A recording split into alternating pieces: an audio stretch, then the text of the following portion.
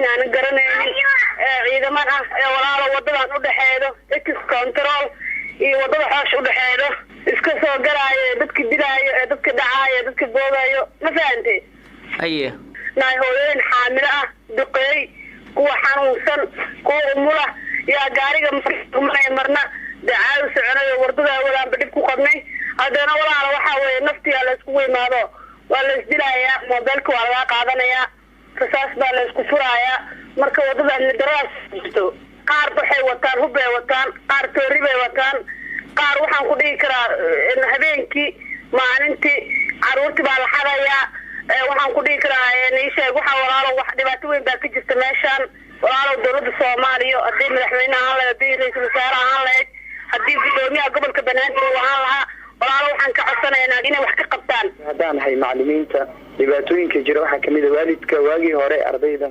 dugsiyaadka waa loo soo diri jiray laakiin hadda waalidkii ayaa keena walwalka ay waalidiintu qabaan wuxuu ku saabsan yahay waayahan waxa batay ilmo badan in la xaday ama qaar la waayay walwalka halkaas uu ka yimid marka saadurtaaba magaalada waxaa ka jira ilmaha in lagu xado magaalada lana leeyahay ilmihii waxa laga baxaa kaliya iyo beerka marka walaac asaas uu ku saabsan yahay cabsidaas aad u badan jirto nin aan isnaqaano gabar iyo qaraabo dhow yihiina ilaahay ka badbaadiyay in la afduubto oo gaarigii la saartay gaarigii xitaa dhaqaaq waayay oo bid soo waayay lugiya gaarigi waa nuuxsan waayay tala kiciye gaarigii oo gaarigii dhaqaaq waayay markaas inta bastoolad loola soo baxay gabadhii waxa laga saaray madaxa oo ku dhiciyay xabadii dhiciyay mid kale inta loola baxay madaxa laga saaray ku dhiciyay ilaa ay isku bedelaan bastooladii gabadhiina maxaa la yiraahdaa intaas gaariga ku dhaxaysay gaarigiina waa nuuxsan waayay kullee waad mahadsantihiin aad iyo aad baad u mahadsantihiin marka si aan barnaamijkeena u guda galno insha Allah biidnillaahi tacaala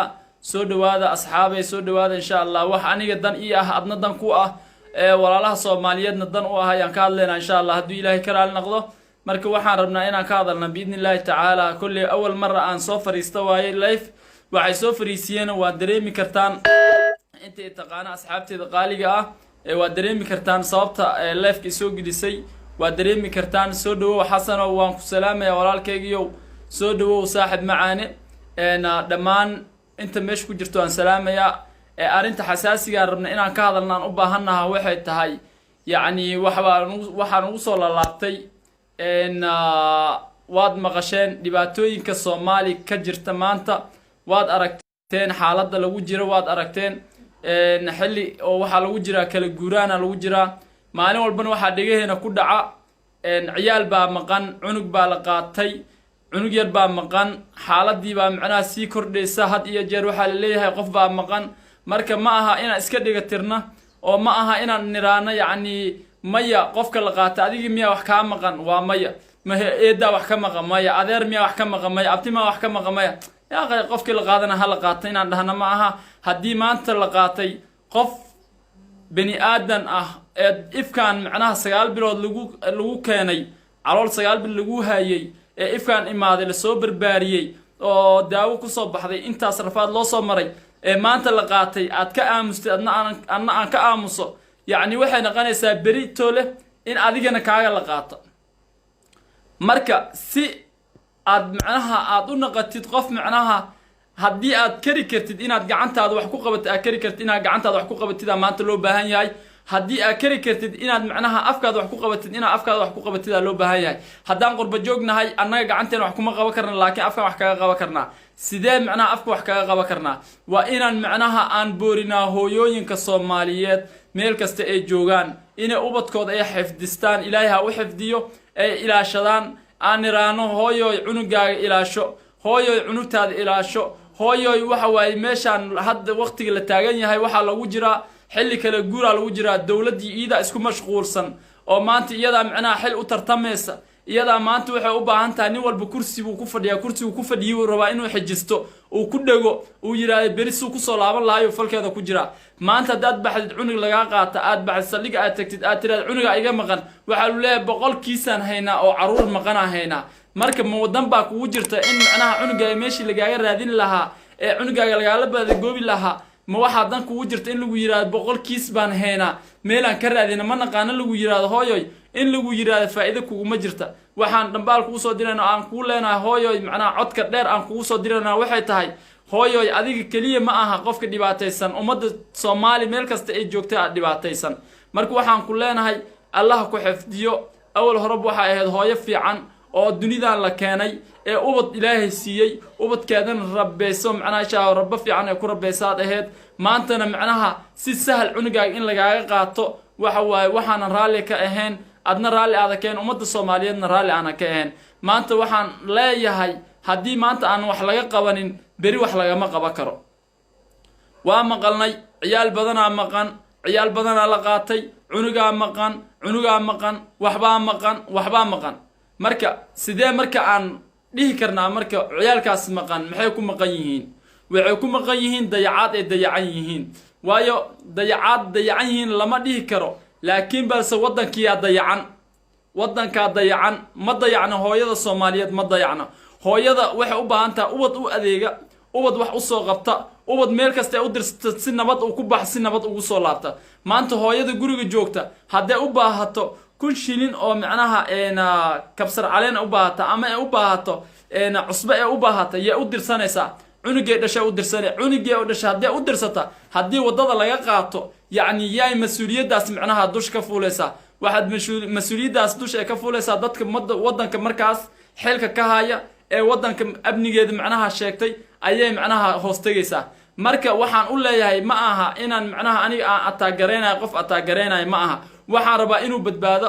cunug Soomaaliyeed hooyo Soomaaliyeed dhashay ee cunugaas dhibaato lagu soo barbaariyay ama dhibaato lagu dhalay in macnaha si fudud uusan ku bixin waa waxaan ka dagaalamayna aan ka hadlaaya taas waay wax caaw isoo geli social media isoo geliyay waa arintaas marka maxaan leeyahay haddii kursigaaga adi macnaha aad u cararaysid cunugii Soomaaliyeed amaanada kugu ahaa ama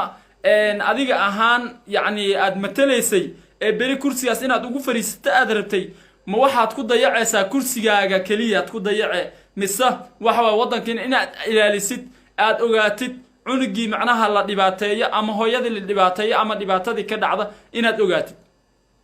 waa tan muhiimka aan rabna inaan is weydiino oo macnaha had iyo jeer inaan ka hadlaan u soo gala meesha walaalayaal haddaad ila qabtid dareenkaas dareen la mid ah haddaad ila qabtid waxaan kaa codsanayaa inaad macnaha aad nala wadaagtid videogan aad nala wadaagtid oo aad macnaha dhibanayaasha waad ka mid tahay haddii walaasha aan la dhibaateenin aabaha la dhibaateenin hooyada la dhibaateenin walaalka la dhibaateenin adiga aan lagu dhibaateenin ha moodin inay macnaha ay ka maqan tahay waxa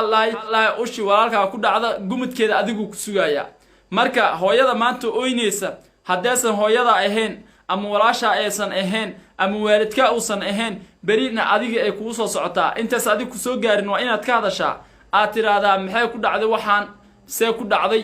maxay tahay wadada lagaga bixi karaa waa inaad dhaana bal ilaahan kugu dhaarshay labada wiil ee afgoy laga qabtay ee dhahaya macnaha $500 ayaa qofkiiba aan siisanaa bal ilaahan kugu dhaarshay hooyadii Soomaaliyeed cunuga dhashay ama cunugta dhashay ma u qalma haddii la yiraahdo malaayiin dollar lagu siina haddii la yiraahdo ma siinaysa waa su'aasha meesha taala waa haa maya ha soo qora haddaadna maqashaan si aan barnaamijkeena aan u sii wadano biidnillaahi tacaala waxaan ka hadlaynaa waa waxa ee mustaqbalkaaga iyo mustaqbalkeega iyo ummadda Soomaaliyeed badan u ah waa ku maasan tahay barnaamijka hore aan u sii wadano biidnillaahi tacaala walaalayaal haddii maanta aan iska indhatirno yani beritole shalay waxba nooma taro maanta ayaan macnaha u baahannahay inaan udub dhaxaad u naqano awlaadda Soomaaliyeed ee maanta oo Yurubta lagala soo cararay ama gudaha Soomaaliya ku dhashay ku nool waa inaan macnaha aan u naqana dadkii macnaha yani ka qayb qaadan lahaa ololahooda sidii macnaha loo badbaadin lahaa qayb qaadanaan u baahannahay maanta qurbaan joognaa oo kuma ladeeno macnaha qurbaas aan joogno kuma faraxsanin waxaan ugu faraxsaneen waxa la yiri guri aan gurigaaga ahayn marnaba dhaxanka ma celsho marka gurigeena u baahannahay gurigeena hooyo dhibaatada ka jirtana waan aragnaa kuma laaba karno oo waxaan ugu laaba karin dhibaatadii shalay aan kaga nimaanaa ilaa hadda macnaha la isku jijiidanaya markaas waxaan u baahannahay saan wadankii aan ugu laabano anagoo qurbaha joogno haddii gacanteen ay gaaraysay macnaha wadankii lagu islaaxin kara wax lagu qaban karo way fiicnaan lahayd laakiin gacanteena ma gaarto oo waxna kuma islaaxin karno waxna kuma qaban karno wax aan maanta aan ku qaban karno haba yaraatee malaha laakiin maxaan samayn karnaa codkeena haddaan furno oo aan kala xishoonin social media aan kala xishoonin aan la soo fariisano aan niraano war hooyoy cunugaaga ilaasho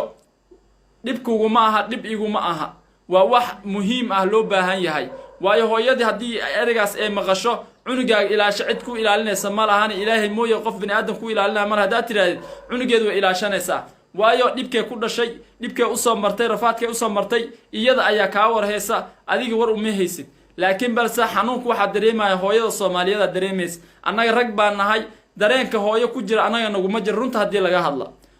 laga hadla dareenka hooyo ku jira annaga naguma jiro maanta hooyada ooynaysa waxay la ooynaysa aabbihii dhale waxaa laga yaabaa inuu yidhaahdo sabar iimaan allah naga siiya dhib ma laha laakiin hooyada maanta ooynaysa waxay la ooynaysa ma aha cunugeeda keliya maqan ma ahane xanuunka ee la soo martay dhibaatada ee la soo martay silicii wixii ee la soo martay ayay la ooynaysaa waayo waxa waaye adiga ma dareemaysa iyadaa dareemaysa marka iyadoo sidaa ah ina anaga aan indhaha ka daboolano ayaan leenaa ilaahay ha u naxariisto waa sax laakiin balse haddii maalin walba aan niraano ilaahay ha u naxariista war hoobiyaana laay dhibaataa nagu dhacday meel walbaan ku dulmannahay meel walbaan ku dhibaataysannahay ma aha soomaaliya inaan indhaha iska daboolno ma aha runta aan isku sheegna cunug walba soomaaliyeed ee maqan haddaada ka daqnanin wa rabbulciza inaan been kuu sheegayn inaan ku dhahay maalin bay ku taabanaysaa maalinay ku taabanaysaa qof aanan geeri dhidhaminaynin ma laha maalin walba macnaha geeridu way dhacdaa qof meel kasta aad joogtid geeridu way dhacdaa laakiin balse haddii aad keena daboolatid aad tirahdid hebel waa dhinta haddii lagu yiraahdo aad tirahdid hebel waa dhintay heblaayo waa dhintay waa dhintay maalinka dambe ogow in adi laguu soo socdo sida geerida ay kuu soo socoto aad u og tahay oo maalinkaad aad u suganaysa aad u dhimanaysa aad og tahay intuu waddankeena burburkan dhibaatadan uu ka jiro adna maalinkaaga waa suganaysaa in dhibaatada noocaas oo kale maalin ay kusoo saarta waa inaad ka hadashaa oo aad gaarsiisaa dadka waddanka madaxda ka ah aniga maanta xilliga la taagan yahay mucaarad ma ihi dowlad kama soo horjeedi dhibaato ma wado laakiin waxaan ahay nin muwaadin soomaaliyeed ah oo jecel dalkiisa jecel dadkiisa jecel yaan ahay waxa maanta dareenkayga aan kaga cabiraya waxa waaye waxaan jeclahay hooyo walbo soomaaliyeed ee dhibaataysan inaan dhibaatada la qaybsado waxaan jeclahay waddankeygoo nabad inaan ku laabto waxaan jeclahay waddankeygoo macnaha inta hadda siduu hadda yahay dad baa soo gaarsiiyey dadka soo gaarsiiyey way ku mahadsan yihiin sida ay si ka fiican in lagaga dhigo xilliga hadda aniga aan usoo gala waxay tahay wax kale ma aha xilliga hadda kala guurka lagu jiro ee dhibaatada ay taagan tahay ee askartii mashquulsan yihiin madaxdii ay mashquulsan yihiin cid wax og aanan lahayn meel laga soo galay iyo meel laga bax aanan war loo haynin in macnaha maanta hooyo kasta ee isku dayacda ma aha waddanka dowlada ka jira ay tiraahda maanta xilligii waxaa la taagan yahay kala guurkiyaa loo socdaa waxa waa cunugaaga ilaahay kuu xifdin kara waa inaad adna xifdisataa aad ilaashataa oo gacanta aad qabsataa waxa waaye waa wax waajib ku saaran shalay markay uurkaaga uu ku jiray waa xafidi jirtay inaad macnaha kaniini cuntid waad diidi jirtay adoo xanuunsan ayaa dhihi jirta maya kaniinkan haddaan cuno ubadka caloosheeda ku jiraa dhibaato uu u geysanayaaye ma cunaaye shalay haddaad dhehaysay cunug aadan arkin oo ifka aanan ku imaanin daryeelkiisa intaas aad haysay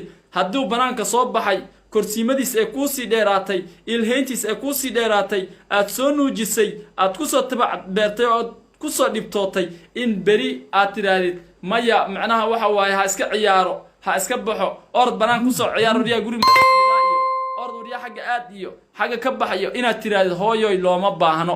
waqtiga hadda la joogo hororaaw waddankii soo galay hororaaw magaaladii ku jira waxa waaye ciyaalkii saasaa loo kala boobayaa waad aragteen social media 24 sac in macnaha cunuga la qaatay kana la qaatay la leeyahay hooyoy haddaad shalay aadan ooynin beri oohinta iska ilaaliyo cunugaaga ilaasho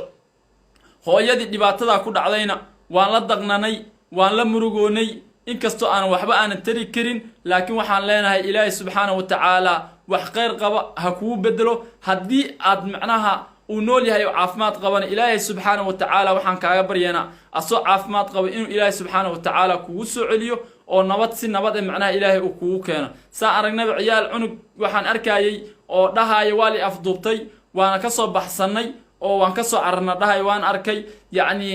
ilaahay baa soo badbaadiyey oo ilaahay subxaana wa tacaala ayaa gacantooda ka soo bixiyey waxaan leenahay ilaahay subxaana wa tacaala ha xifdiyo ubadka maanta soomaali gudihiisa ku nool idinkana waxaad samaysaan dadaalkaa la mid ah inaad macnaha ciyaalkaas aad gacanta qabataan oo ciyaalkaas aad macnaha had iyo jeer macnaha daryeelkooda aad ogaataan meelay u socdaan aad ogaataan meelay ka yimaadeen aad ka warhaysaan had iyo jeer macnaha aad la socotaan lugta meeshuu dhigaaya waa inta muhiimka ah intaa fariintaas aan u diraayo waa hooyo soomaaliyeed fadlan waxaa idinka codsanayaa inaad sii sheergaraysaan aad la wadaagtaan asxaabtiina la wadaagtaan si ay u gaarto hooyooyinka soomaaliyeed waayo ani hooya ay dhashay maanta hooyadii ani dhashay inay oyso diyaar uma ihi inay kurbo macnaha ay dareento diyaar uma ihi inay murugooto diyaar uma ihi waxaana diyaar ugu ahayn yacni waxaan dareemayaa dhibaatada iyo nolosha xumeedoo macnaha rafaadka badneed ay ila soo martaan dareemayaa adna sidoo kale ayaa tahay hooyadii ku dhashay rafaadkii iyo silic iyo murugta ay kula soo martaa dareemaysaa marka sidaa la ajligeeda waxaan kaa codsanayaa adigoo u naxaaya hooyadaada oo adiga dhibaatada kugu keentay dunidan dusheeda dhibaato kugu keentay macnaha caloosheeda aad kusoo galgalatay dhiigga ka baxay dunidan dusheeda macnaha intaa ay kugu haysay rafaad kula martay maanta iyada xaq kugu lehe inaad u daqnatid ha u daqnanin qof kaloo macnaha shisheeye u daqno hooyadaada keliya ma aha midda adig ku dhasha keliya ma ahani waa midda wiilka qiirkaaga ah ee asaagaaga ah ku garab taagan iyadana asagana hooyaa dhashay hooyadii dhashayna waa inaad adna gaarsiisaa aad tiraahdaa bal idinkana macnaha waxaad samaysaan hooyayaal dhibaatadaas oo idinku soo food leh oo idinku soo socota ka hortaga saad aga hortagi laheedeenna waa dhinaca aad kaga hortagi laheedeenna waa dhinacaas waa midda aad dhihi kartaan waayo wax maanta laga dhiga xirta meesha ma yaalaan ilaahay baan kuu dhaarshay waddankii waan u warhaynaa waan ognahay maanta wallaahi bilaahi tallaahi ninka maanta soomaali jooga hadduu naqdo sarkaal ha naqdo booliis macnaha xidigla ha naqdo wuxuu doona ha naqdo maanta wuxuu ka fikerayaa dowladdan hadday dhacdo beri kursiga aad ku fadhisid ma soo laaban doontaa mise horeyaa lagaa qaadayaa wuxuu leeyahay marka saad ku soo laaban leed hadda ololo samey ololuu ku jira wuxuu sameynayaa macnaha kursigiisuu ku ilaashan lahaa wuxuu siyaasadii cabiraya wuxuu leeyahay tolow ma hebela ku guulaysan doona ma hebela ku guulaysan doona yaa ku guulaysan doona kaa hadduu ku guulaysto wallaahi billahi taala anig jagadeeda macnaha waan heystaa oo waxaan leeyahay alleelehe soo dhawow waan leeyahay laakiin hebel hadduu ku guulaysto aniga meeshii waxa waay fantashiru fil ardi meeshii waxa waan ku naqanaa baalki marka nin waxaa ka fakeraya haddaad tiraahdo hooyo cunug baa iga maqan oo maanta liga qaatay 8 saac baan waayay ilaa hadda wuu maqan yahay hooyo ii raadiye aad tiraahdo ma wuxuu ku leeyahay cunuga waa kuu raadinayaayo waa kana hadeertaan intuu ciidan heegan geliyo uu yiraahdo warkaca cunug baa maqan cunugaa soo raadiya hala soo raadiyo meel walba hala xiro meesha hala maro xagga hala maro miyuu leeyahay mise wuxuu leeyahay boqolkiis baan heenaayo oo halkan yaalo oo caruur maqan ah wallahi wax kale ku dhiimaayo wuxuu ku leeyahay boqolkiisa haynaa oo caruur maqan ah oo halkan joogta yaa haynaa insha Allah haduu ilaahay yiraahdo liis baa laga qoraya cunuga maqan cunugaas wuxuu baxay gurigooda waxa ugu dambeysay xilligaas ilaahay subhanahu wa ta'ala mooye inuu ku soo celiyo ha sugin xilliga hadda la taagay kala guurka ah nin walba calooshiisa u shaqaysanaya hooy hadaad baahatida baahi ku qabato hadii aadan raashin aad karsatid guriga uusan ku ooleen lacag ay haystid maqaaxi inta tagtida maqaaxidaas aad ka soo gadanaysaa waxaad cuntid aad ka soo gadanaysaa dadkii waa sidaas nin walba calooshiisa u shaqaystaa qofka calooshiisa u shaqaysanaya ha ku dayacin awlaadaada awal marra aan soo galo waa inaan macnaha social media aan ka hadla waa markii ugu horeysa aan soo galo waxaan la soo galayna wax kale ma aha wallahi alcadiim inaan beri idin sheegeen waxaan la soo galay wax kale ma ahane waxaan arkay hooyooyin ooynaya ee rafaadsan dulansan ee aad ijar macnaha cid wax u qabata aan lahayn rafaadka ka muuqda silac ka muuqda maalin walba ooynay markaan arkay ayaa macnaha igu kaliftay inaan macnaha aan soo galo social media aan soo galo oo wax ka hadlaayo macnaha ay yaraadeen dadkii ay yaraadeen wacyigelintii ay yaraatay sida ajligeeda waxa ay soo kiciyay dareen hooyo ayaa ay soo kiciyay marka waxaad sameysaan walaalayaal xilli dambaa la joogaa raali kama aaneen xilliga inaan soo galo laakiin waqtiga ii saamixi waayay nin xoogsata aan ahay waan shaqaystaa ma heli kari inaan waqti badan ay idin siiyo aan social media aan idin kala hadla ma heli karo waxaan idinka rajaynayaa inaad sii sheergaraysaan aad la wadaagtaan asxaabtiina la wadaagtaan idinkeena sidaa iyo si la mid aad u gawaabidaan walaalihiina Soomaaliyeed hadduu kula joogiyo hadduu kaa maqan yahay wax walba aad isku sheegtaan aad ishuuraysaan oo macnaha isku imaataan seen wax ka yeelnaa dhahdaan dadka mustaqbalka laga sugayo idinka waay dadka mustaqbalka laga sugayo idinka waay idinkiina waxaad ha ku mashquulinaha macnaha siyaasad aanan macnaha meelay ku egtahay aan la ogeyn yaa lagu mashquuline ha lagu mashquulo awlaadaas Soomaaliyeed ee dhibaataysan ee meel kasta ay ku dandaran yihiin ha la fiiriyo kuwaasaa macnaha waajib idinka saaran kuwaasaa waajib naga wada saaran kuwaasaa xaq nagu leh kuwaas aan ilaalino hooyada haddaan loo sheegin waxa waaye hoosheeda iska qabsanaysaa hoosheeda ay qabsanaysaa marka sidaa darteeda waxaad sameynaysaan ha loo sheego hooyooyinka Soomaaliyeed hal dhaa ciyaalka ilaaliya ilaah baa ilaalin kara iyaga ma ilaalin karaan hooyada waxay u baahan tahay ule ku tiigsatay u baahan tahay cunug yar hadda u soo baxay kan ugu weynaa waxa laga yaabaa inuu 10 sano jiro waxa waaye gurigii hool bay kaga baahan tahay adeega ka imaad waxba suuq ka soo ilaawday wixii suuq ay ka soo ilaawday waxay u baahan tahay qof u soo gada ma laaban karto way daalan tahay cunugeeda u dirsane yaa kale u dirsane ma qof kale wadada maray inay tiraahdo kaale wax ii soo qab ma ka yeelaa waa may cunugii u dirtay cunugii hadduu baxayo wax u doontay waxa waaye wadadii laga qaatay wadada dhexdeeda laga qaatay wax war uma haysa cunugii wax uu ugu maqan yahay yacni way baxday markii waqtigii ay weysay cunugii yaal raadii waa la waasaliga tagtay waxa la boqolkiisa macna meeshaan taala ma qabato mana qabato wax suurtagalna ma aha markii sida la ajligeed waxaan u baahanahay maadaama aan hadda xilliga la taagan yahay aan nahay dad macnaha aan waxba isku tari karin aan nahay laakiin waa inaan isku tarnaa hadalka aan wax isku tarnaa wadankii waxa waaye wadan oo ilaahay xaalkiis og yahay waaye waxaan idin leenahay awlaada hal ilaaliyo waxa ku ilaalin kartaan gurigaaga hadduu ku joogo xilliga hadda la taagan yahay xilli dambana ha iska dirin waqti walba dugsiga hadduu ka joogo ka warhay hadduu ka yimaado ka warhay mar walba waajib ku saaran waaye allah idin wada xifdiyo dhammaantiina aad iyo aad baan idin jeclahay walaalkiinaan ahay walaalahaygaa tihiin aad iyo aad baan khayr iyo barwaaqi iyo bashbash idinkugu rajeynayaa haddii wixii ka dambeeyna insha allah biidni illahi tacaala waxaa inoo ballan ah inaad macnaha sidaan oo kale u gawaabisaan walaalihiina aad wax ugu tartaan aad wax ugu qabataan aad wax ugu sheegtaan yaa inoo ballan hadduu ilaahay ka raali noqdo waajibka keliya ma aha inuu macnaha dowladda saaran yahay idinkana waajib baa idin saaran waajibkaas aan ka wada faa'iidaysana biidni illahi tacaala aan naqana dad isku xiran oo macnaha hal gacan ah oo hal meel u wada socda aan wada naqano insha allah biidni illahi tacaala waan idin salaamayaa aad iyo aad baan idin salaamayaa waadna ku mahadsantihiin sida qiimaha mudan oo aad macnaha aad noo taabac garayseen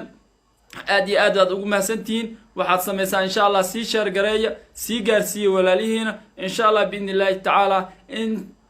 marka dambe insha allah waxaan isku imaan doonaa arrintaani arrin ka xasaasisan ilaahay nagu makeen hadday noogu imaato kama aamuseena waan ka hadli doonaa insha allah naftaa meel loo soo jiro ilaahay baa og xaqa waxa waaye waa wax lagu weydiin doono xaqa ha ka indha daboolan xaqa ka hadal xaqa waa inaan ka wada hadalnaa dhammaanteena marka waxaan idin leeyahay waad ku mahadsantihiin aad iyo aadaan idinku mahad celinayaa wassalaamu calaykum waraxmatullaahi wabarakaatu habeenkaa idin wacnaado walaalahayga sharafta mudan